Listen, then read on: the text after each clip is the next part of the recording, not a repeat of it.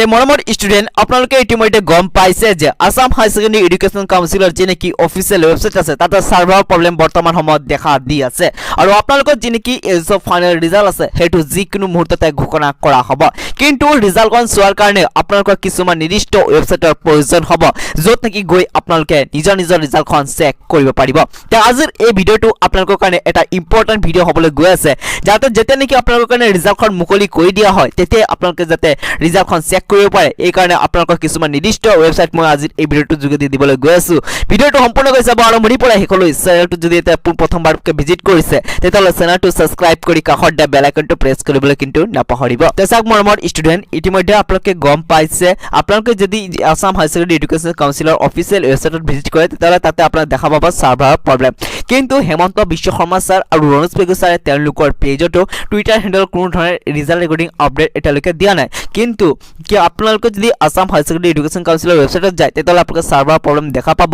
মানে তাতে ডাটাখিনি আপলোড হৈ আছে আৰু যিকোনো মুহূৰ্ততে আপোনালোকৰ যি নেকি ৰিজাল্ট আছে হেতু ডিক্লেয়াৰ কৰি দিব পাৰে তে পৰিমাণসকল আপোনালোকে এই কেইটা ওয়েবসাইটলৈ মন কৰক আমাৰ প্ৰথম ওয়েবসাইটটো হৈছে asec.assam.gov.in আৰু দ্বিতীয়টো ওয়েবসাইট হৈছে resultassam.nic.in আমাৰ 3 নম্বৰ ওয়েবসাইটটো হৈছে asec.registration.in আমাৰ 4 নম্বৰ ওয়েবসাইটটো হৈছে indiaresults.com 5 নম্বৰ ওয়েবসাইটটো হৈছে result.shiksha আমাৰ 6 নম্বৰ ওয়েবসাইটটো হৈছে www.exametc.com এই কেইটা ওয়েবসাইটত আপোনালোকে গৈ কিনি আপোনালোকৰ ৰিজাল্টখন সকলোতকৈ আগতে চাব পাৰিব কিন্তু তাৰ আগতে আপোনালোকৰ চেণ্টাৰ কোড আৰু আপোনালোকৰ ৰোল নম্বৰটো জনাটো অতিকৈ দৰকাৰী যদি আপোনালোকে এই কেইটা ওয়েবসাইটৰ নিজৰ ৰিজাল্টখন চেক কৰিব পাৰে আৰু যেতিয়া নেকি আপোনালোকৰ ৰিজাল্টখন ডিক্লেয়াৰ কৰি দিয়া হয় সকলোতকৈ আগতে আপডেটটো আমাৰ এই চেনেলৰ যোগেদি পাই যাব সেইকাৰণে চেনেলটো সাবস্ক্ৰাইব কৰিবলৈ নাপাহৰিব